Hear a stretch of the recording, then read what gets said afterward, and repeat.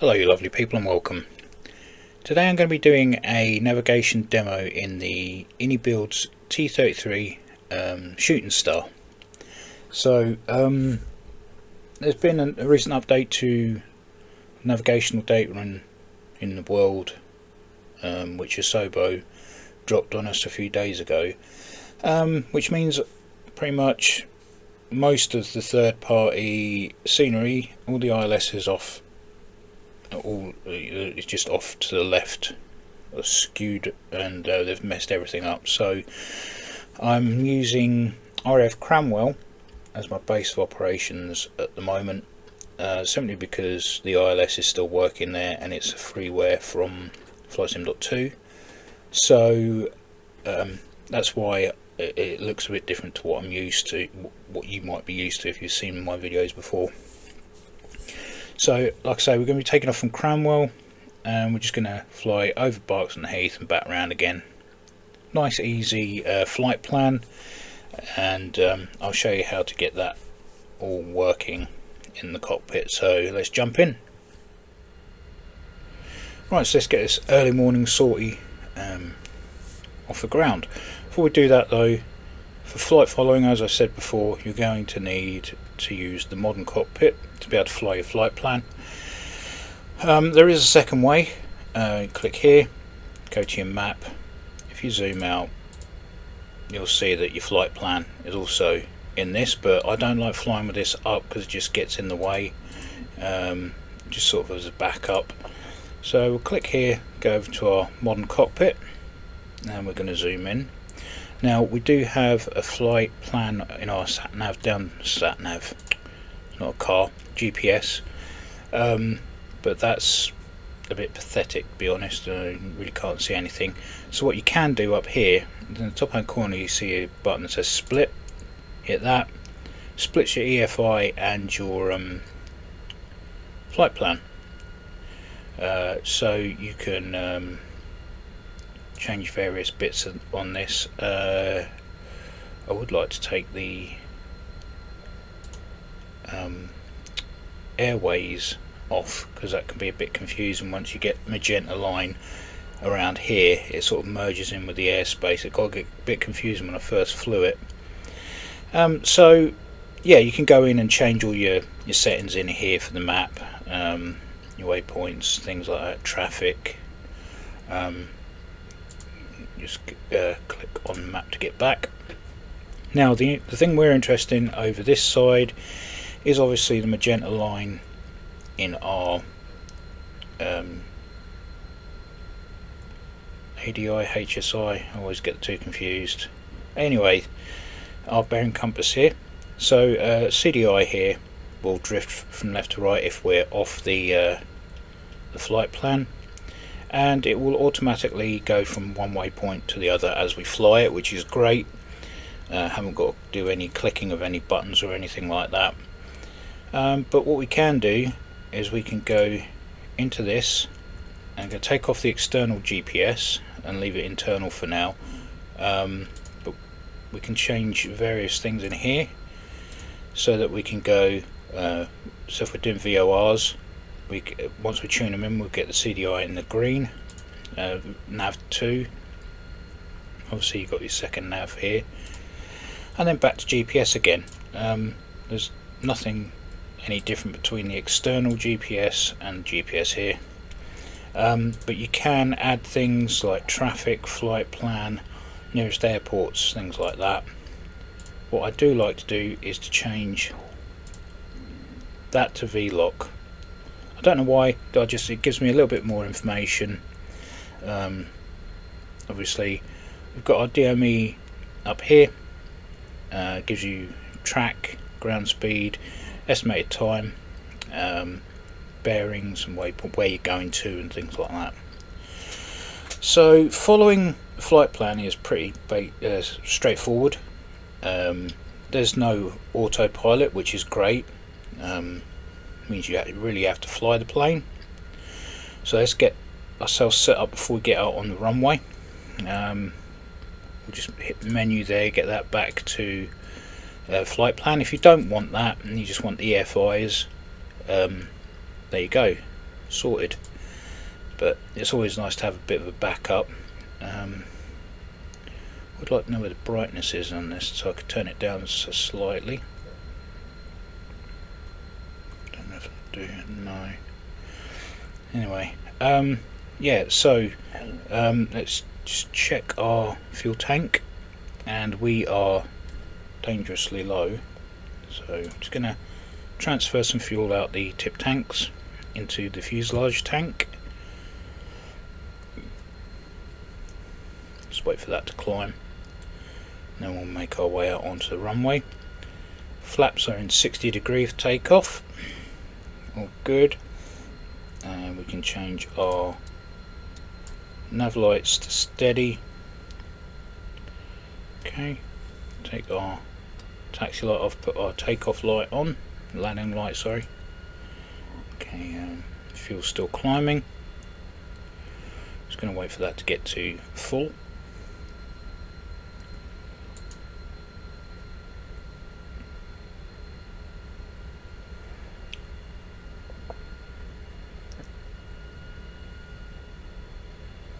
Must always check your fuel tank.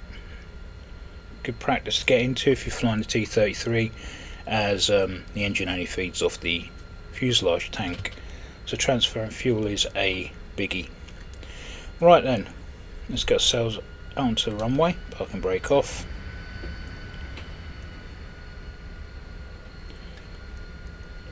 Sun rising over there in the east. Get ourselves lined up. Now, Flight Sim has recently had an update for nav data and things like that, which has put a lot of third-party sceneries or ILSs off to the left-hand side.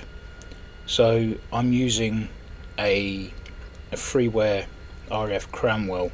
GPS is working here, so hence the reason why I'm flying from Cranwell and not from Coningsby, and I've changed the flight plan slightly. So just going to quickly pop into this, just change that to VLOC, and we're going to tune into click that 108, I think it's 500. Hold on 2 seconds. 108 300. Okay, 300. Enter that. I'm gonna have wrong one. I'm gonna have to transfer that over. So transfer. Okay, we now have ILS info on here, and hopefully, no, that's zooming in there. VLOC. Yep, all good. And zoom back out. Go full. There we go. Just want to line up for the runway. 263. Get 263. Okay, we can split that again. Right. Finally, we can get some movement. Right. Okay. So let's do this flight plan. Throttle up. Make sure you throttle up slowly. Toe brakes off. Throttle all the way.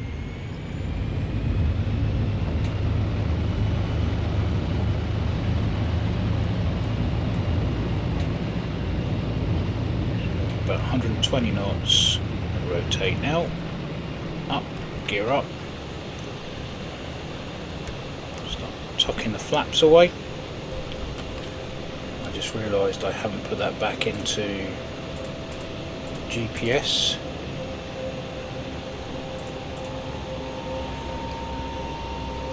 Okay, and it's going to be a simple flight really, because all we're going to do is just try and keep the magenta line as straight as possible. We're not going to drift. Okay, what altitude we're at? 1,300, that'll do nicely. Let's throttle them back.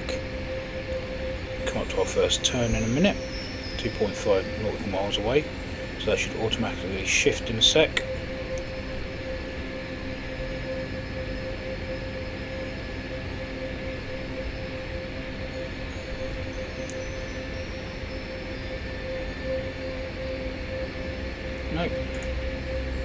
because I've done that, isn't it? Okay, so we're just going to turn. We're following the flight plan. Have that make sure it's not internal source GPS, otherwise it won't follow. Okay, so we're just going to keep the CDI in. My mistake there, I do apologise.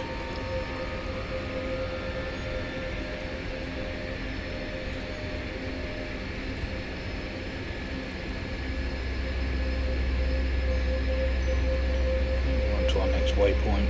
It's a bit of a sharp turn, so we bring that round.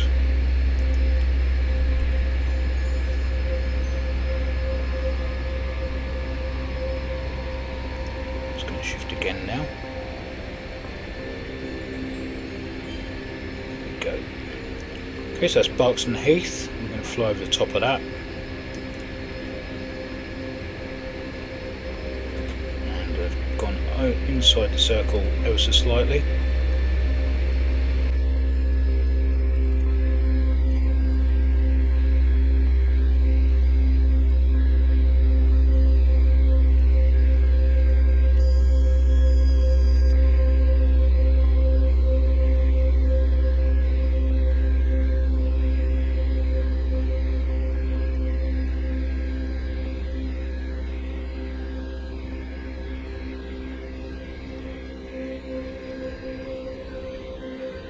As we come onto the approach, just going to change that up, switch that to external, sorry, get V-lock on,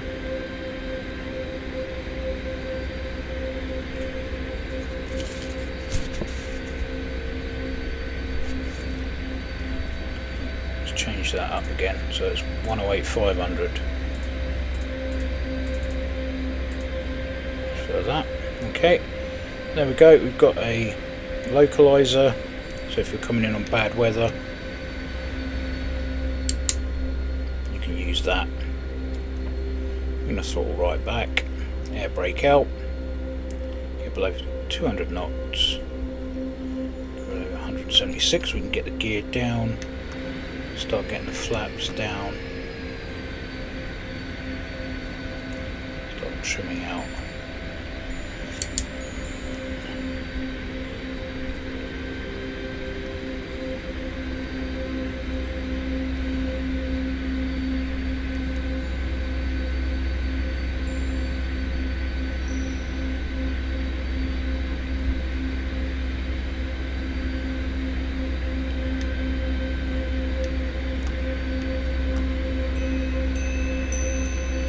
Fully down, big spike in lift there.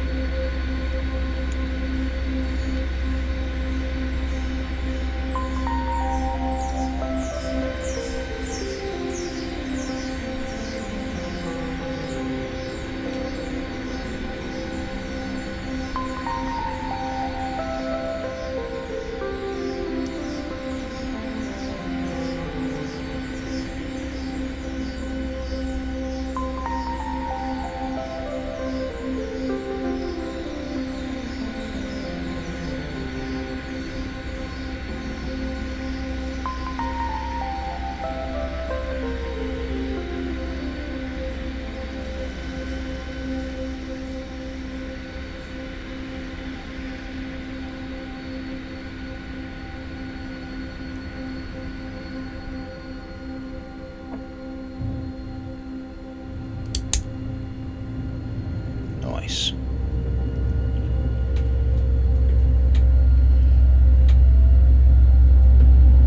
Vero braking. Nose wheel down, put the brakes on. Start tucking the flaps away, get the air brakes up.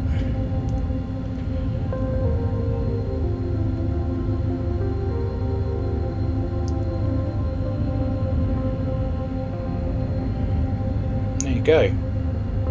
That's following the flight plan in the T-33, and now we can get onto some normal navigation. which I'll have to show in classic cockpit and updated cockpit, really, because two different ways of doing it. Right, let's restart the flight, and we'll start with classic. So as you can see, we've reset the flight, and we're now in classic mode. Full fuselage tank of fuel. Our altimeter zeroed out, so we're ready to go. And all we need now is a frequency for our VORs, and the main equipment we'll be using is DME gauge here, and our localizer glide slope / CDI compass here, and radio magnetic indicator here as well. So we need a VOR to tune into, so I'm going to choose Gamston. Rotated that and I shouldn't have done. So Gamston is 112.800, so just dial that in. So 112.800. Okay, we're not picking anything up just yet. Make sure it's properly dialed in. 0, yep. Okay, hopefully we'll pick something once we're up in the air. Okay, so I'm going to take parking brake off, toe brakes on. We're going to spool up the engine slowly. Treat it with a bit of respect. Okay, get 80% and toe brakes off.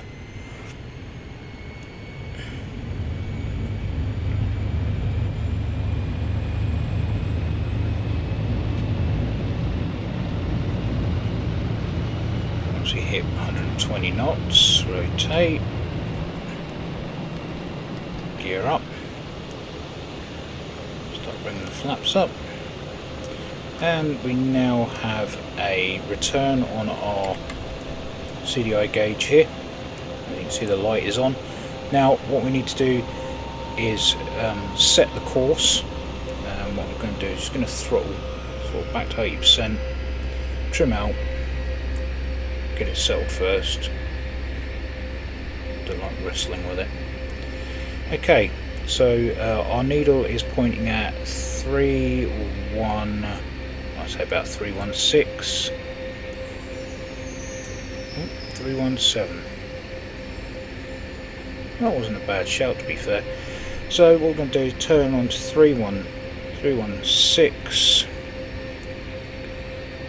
or 317 now. Maybe even 318.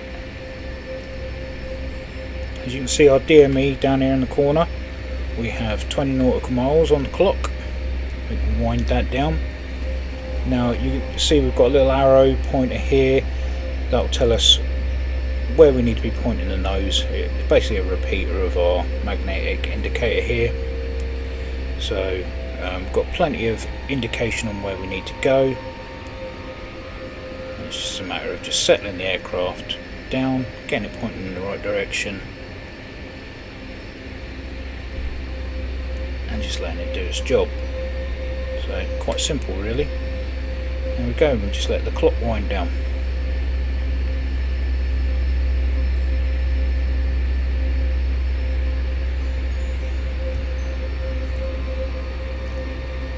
Now you could just follow the magnetic indicator if you wanted to. You don't have to worry too much about the gauge to the left, the glide slope localizer indicator.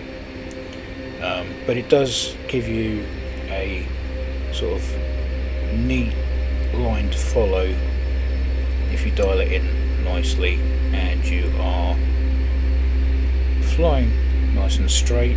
You won't deviate, but obviously wind shear and things like that, external factors will cause that to shift, so just to keep an eye on it.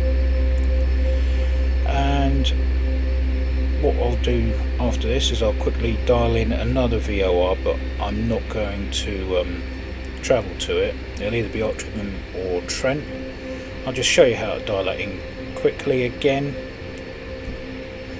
Just a reminder, this is a demo, not a tutorial. You fly how you want to fly. I'm just showing you what the aircraft's capable of. So, a bit bumpy, bloody hell. Okay, so we're just keeping that on. 11 nautical miles out.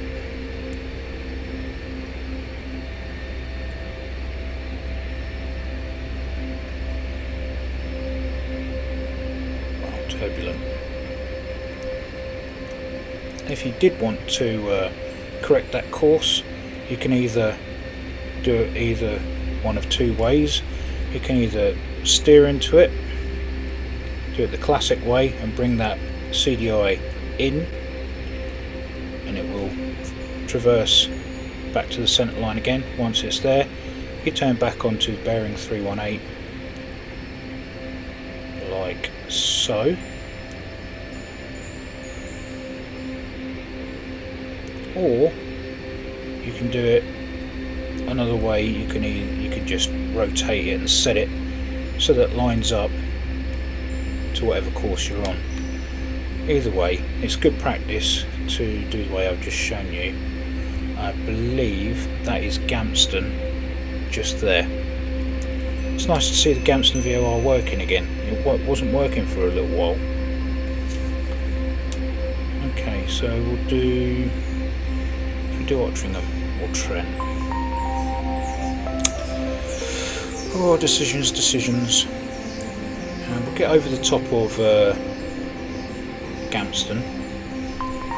As you can see, I think the VOR beacon is just in that little area there. And I'll show you the shifting CDI, and obviously magnetic bearing compass will shift as well. Just show you that you're flying away from it.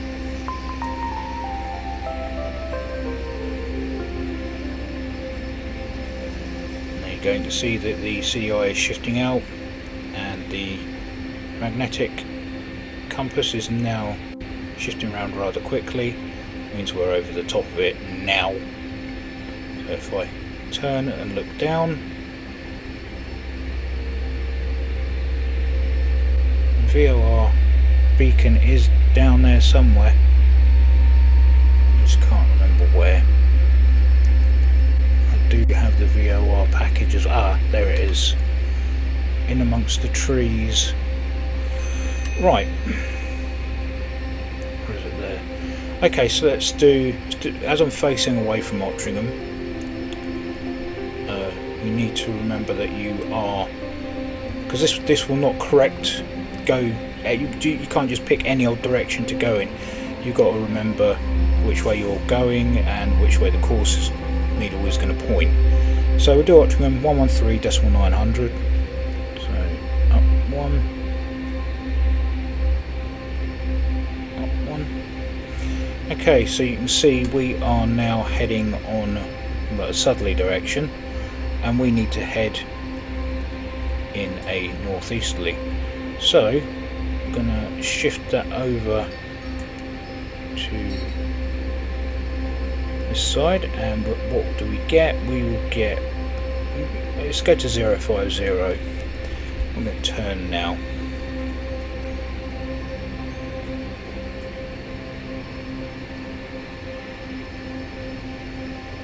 I may have overcooked that slightly.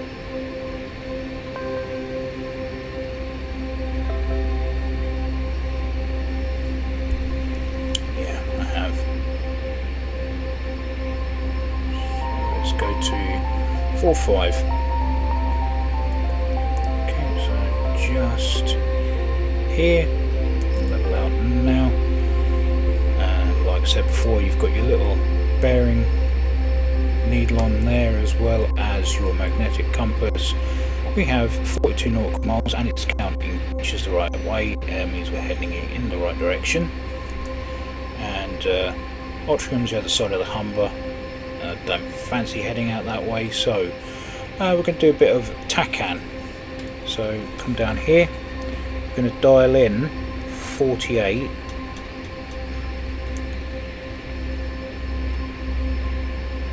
Okay, make sure it's on X for X-ray. Switch it over to TACAN, switch TACAN needle on. That will now take over this here and your distance indicator here. So we want to head in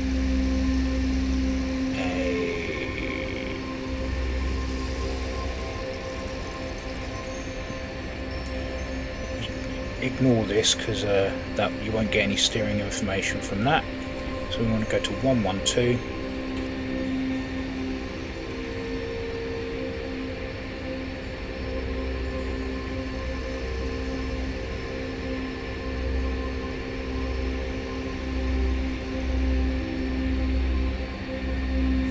You have to go a bit slightly over that. 116.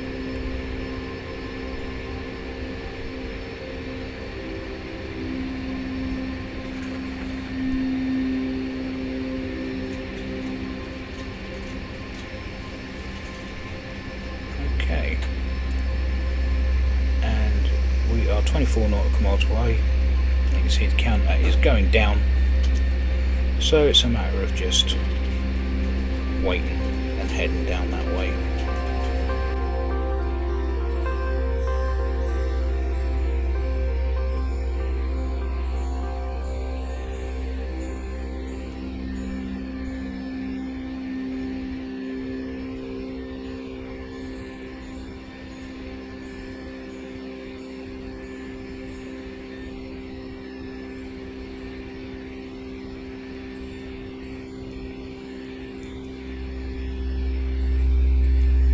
Okay, so we're over, well, almost over the top of RF Coningsby, so that's TACAN.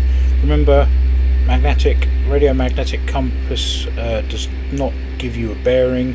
You will need to dial that in until you get a CDI.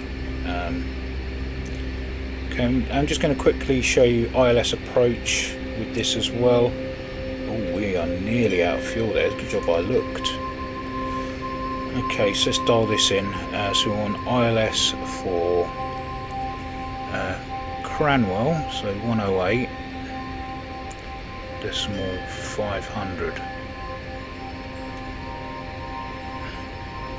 Okay, and I'm just going to switch that off and switch back over to VOR ILS.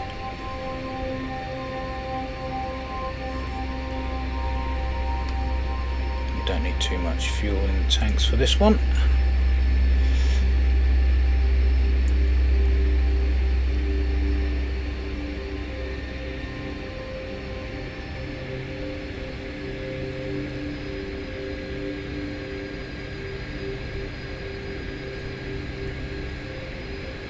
Cranwell are apparently on the nose somewhere. I've got it.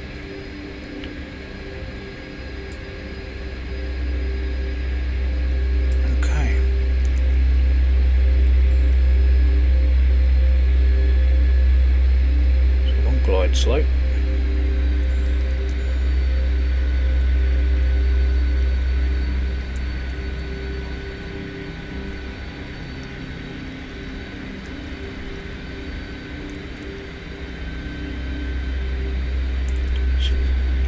See the runway there.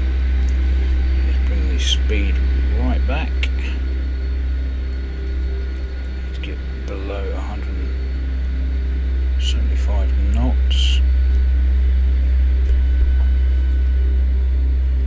Start descending as well.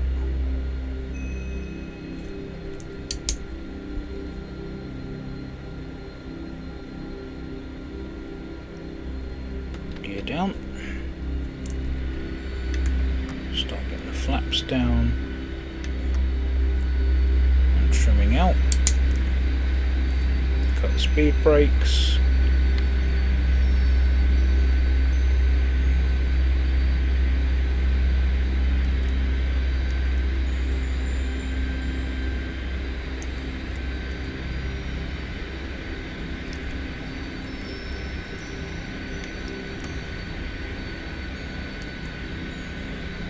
Jesus.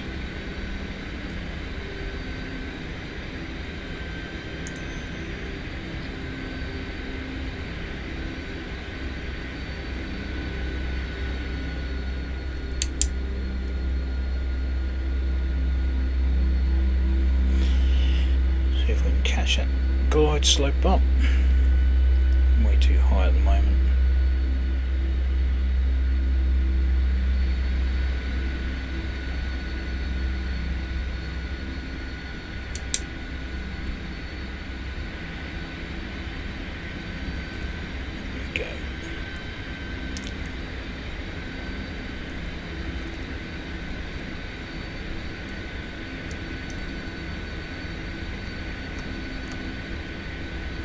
sort of conditions. Well, it is visibility wise, but it's bouncy as hell out there.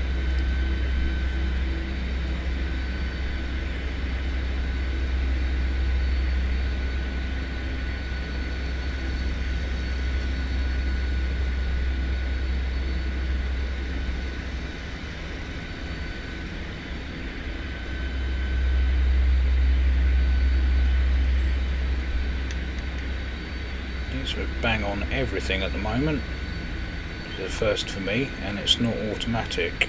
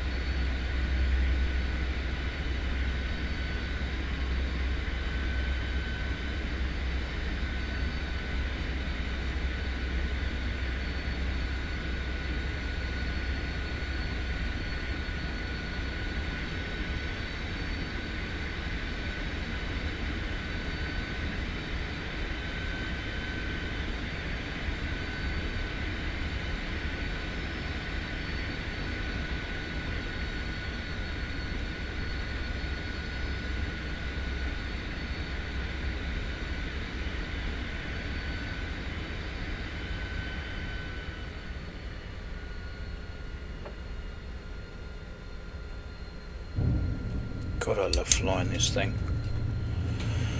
Okay, so that's a pretty simple ILS approach.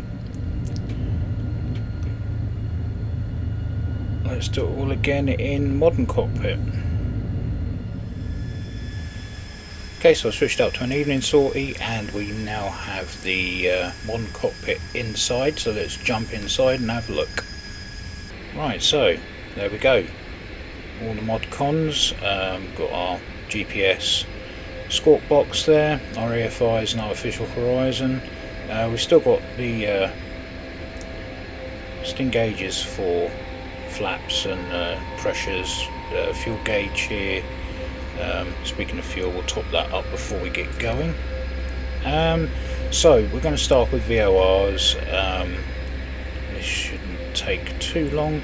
I'm not going to travel directly to and from, because if you watch the previous bit, then there's really no need to show you going all the way there. So we can punch into this, and what I like to do is to just take that off, switch to V-lock, bearing pointer, change that to V-lock 1, just so it gives us a CDI. We can menu back out of that, and these are our navs radios, so just click into them. So we want what was it for Gamston? It was 112.900, I believe it was, so we'll find out. 112.900, go for the swap, and what we've got there, Gam. No, that's not it. My bad. So let's try. Well, I don't need to try. 115700. Transfer that in. There we go. We've got Trent. We've got a little bearing pointer there, which shows us, and we can now dial into that. So if we line those arrows up, and if I just take that off, should be able to turn into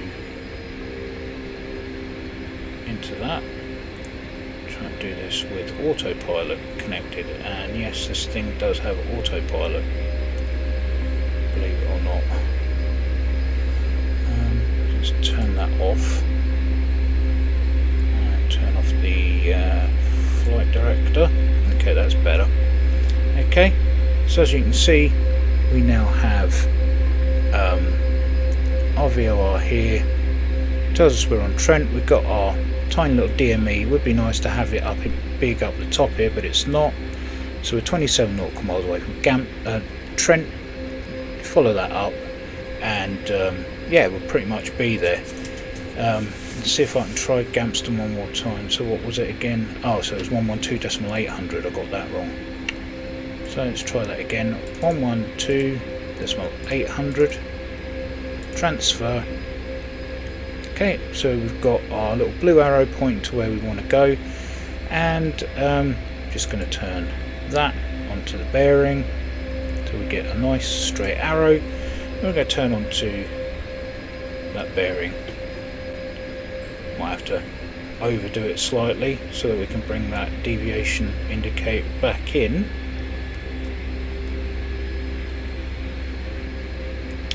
And we're only 15 nautical miles away from Gamston. Just going to bring it in classic way. So we'll turn into it, chase that needle, bringing it in.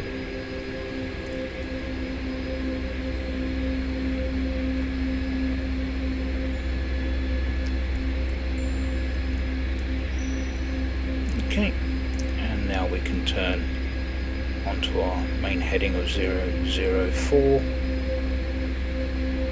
and level it out there. Okay, keep following that course, we'll end up at Gamston. And the same will go for Ottringham if we just quickly dial that in, which is 113.900. 113.900. Don't just hit enter, hit transfer, otherwise it will stay at the bottom inactive. And we're going to turn that in there. Again, turn to 041.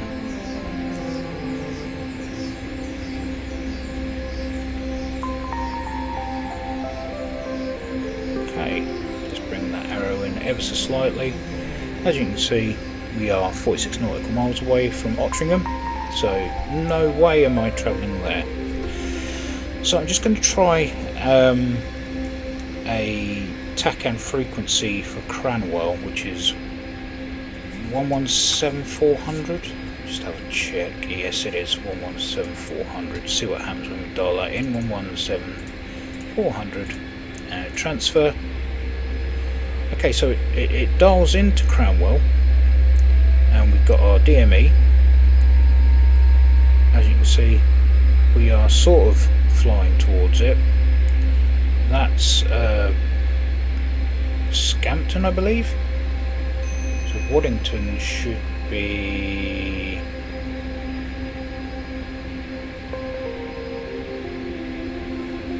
down here somewhere.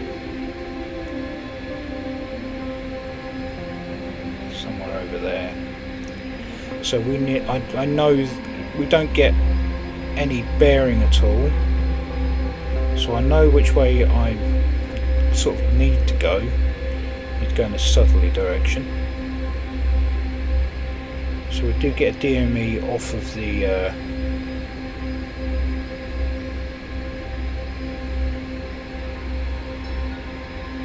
of the frequency.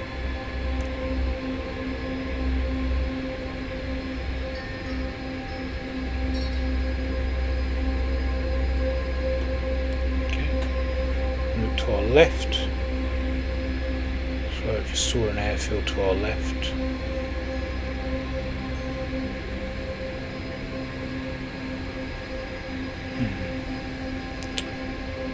Disused airfield down there, that's what I saw. Okay, so we follow this.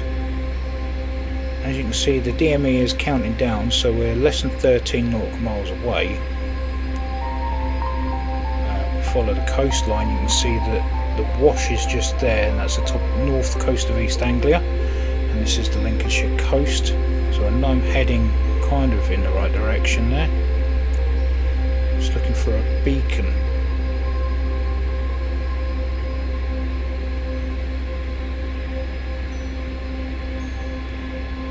I could do one better. I could actually split this and go into the GPS view, but that's kind of cheating. The whole point of navigating using frequencies is to get there off your own back.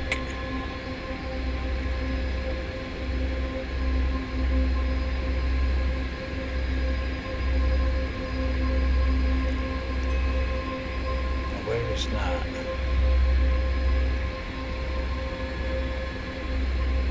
That could be Cranwell over there actually. Berks and Heath just there. So if we just do a turn to do 090 or thereabouts.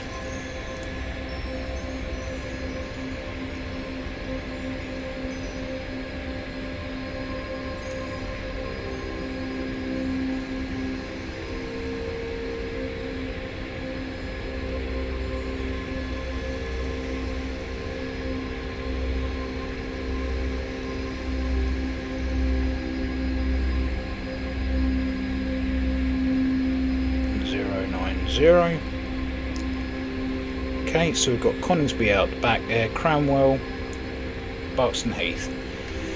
So I'm heading in the right direction now. That DME will count down pretty sharpish now. What I'll do is I'll pop over the top of the airfield, I'll dial in the ILS frequency, and we can do an ILS in the modern cockpit view.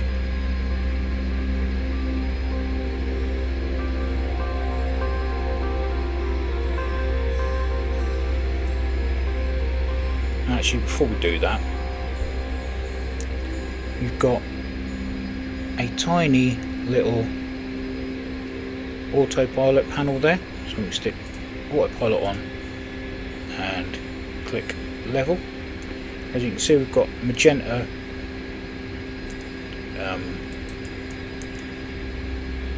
lines there for the flight director. What this will do is it'll level our aircraft out, and we can either enter the bits and pieces down here, or we can actually go into menu, clear that bit there, go into flight controls. There you go, we've got heading. We turn our heading left and right. It should turn to where we want it to go to, so I want 090, and it's now turning onto the heading that I want. Indicated airspeed, that should stay at 255 knots now and shouldn't move. You can follow your flight plan with the nav, vertical speed, altitude, nose up, nose down, VNav. So you've got all your basic functions here. There's even an approach switch down here. I don't know if that'll actually work.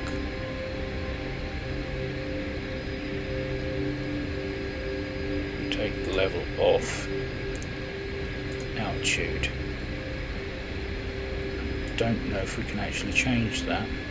I think it's just basic functionality. Don't really like using autopilot anyway, but it's nice to know that you've got it there in the modern setup. I don't know if the actual modern aircraft would have it itself. I think that might be a little bit of a big ask to enter an autopilot into an old aircraft like that. Let's just top those tanks up again.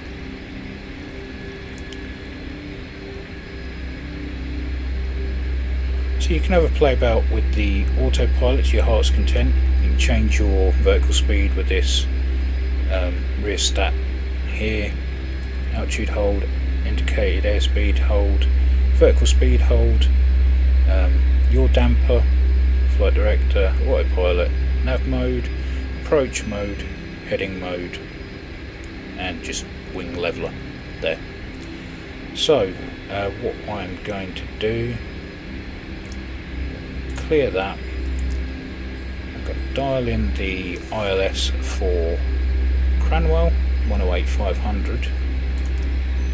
108,500. Swap. Get that dialed in, and we want to get, I can't remember the heading of the runway, but what we'll do is we'll take the autopilot off and flight director, get rid of those purple bits. Okay.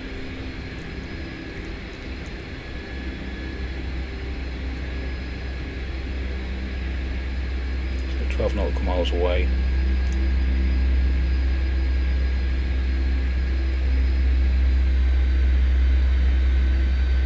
there's Coningsby. Didn't actually mean to travel this far out. And there's Cranwell there. Slow the aircraft right down.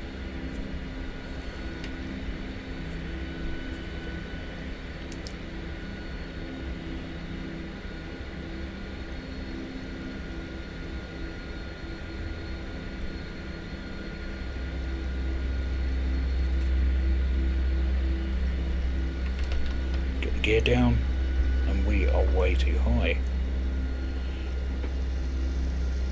I'm just going to descend.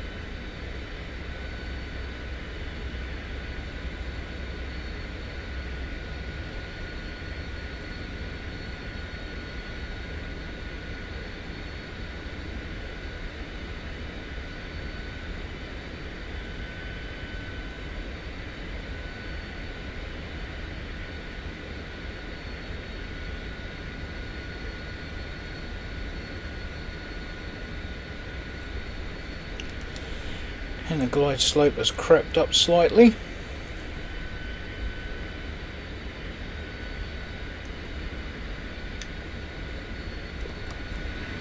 Let's trim out. See what happens if I hit approach.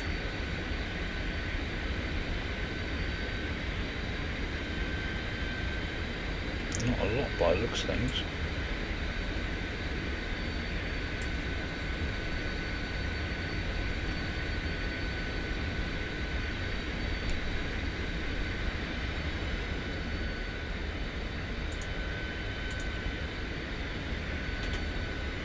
No, nothing. Okay, I can't get the approach to work. I don't know if it does work. I think it's a big ask. I thought I'd just try it just for the people that might be curious about that. Okay, so what we're going to do, got the localizer almost bang on, and I'm just below the glide slope. So I'll keep it level until the glide slope catches up with me. There we go.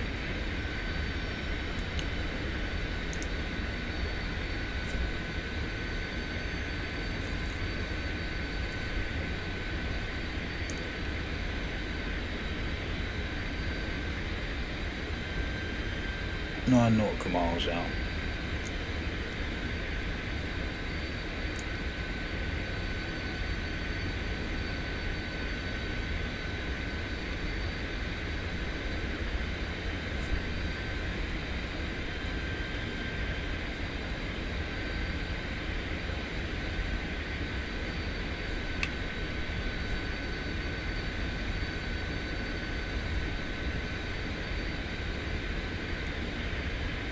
Such a steady plane to learn. Learning is great.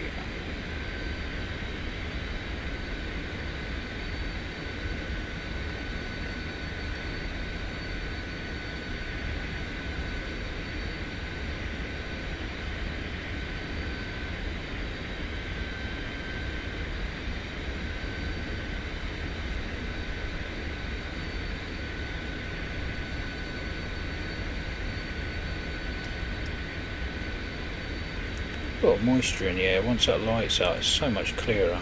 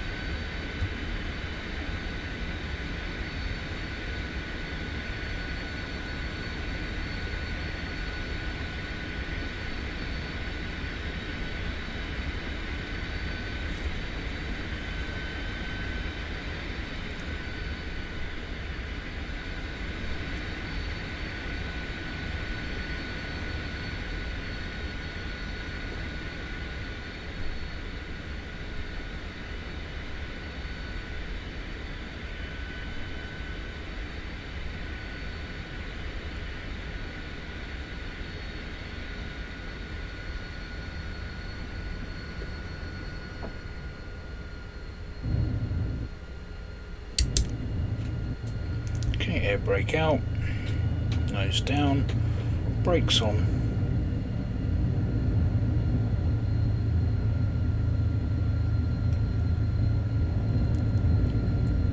There you go.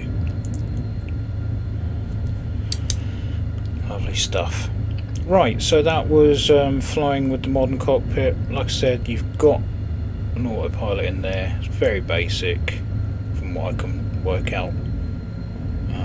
As I said, I don't really use autopilot too much unless I'm on a long haul flight, and even then I don't like using it. So just experiment with it. And it's nice that it's, you know, you've got that ability. So I'm just going to park this here. Okay, so there you go. That's both classic cockpit and modern cockpit. We've got a bit of autopilot in there, quite a lot of navigation and flight plan. So if you've got something from this, then I've done my job. And if you've got this far, thank you for watching, and as always, take care, and I'll catch you in the next one.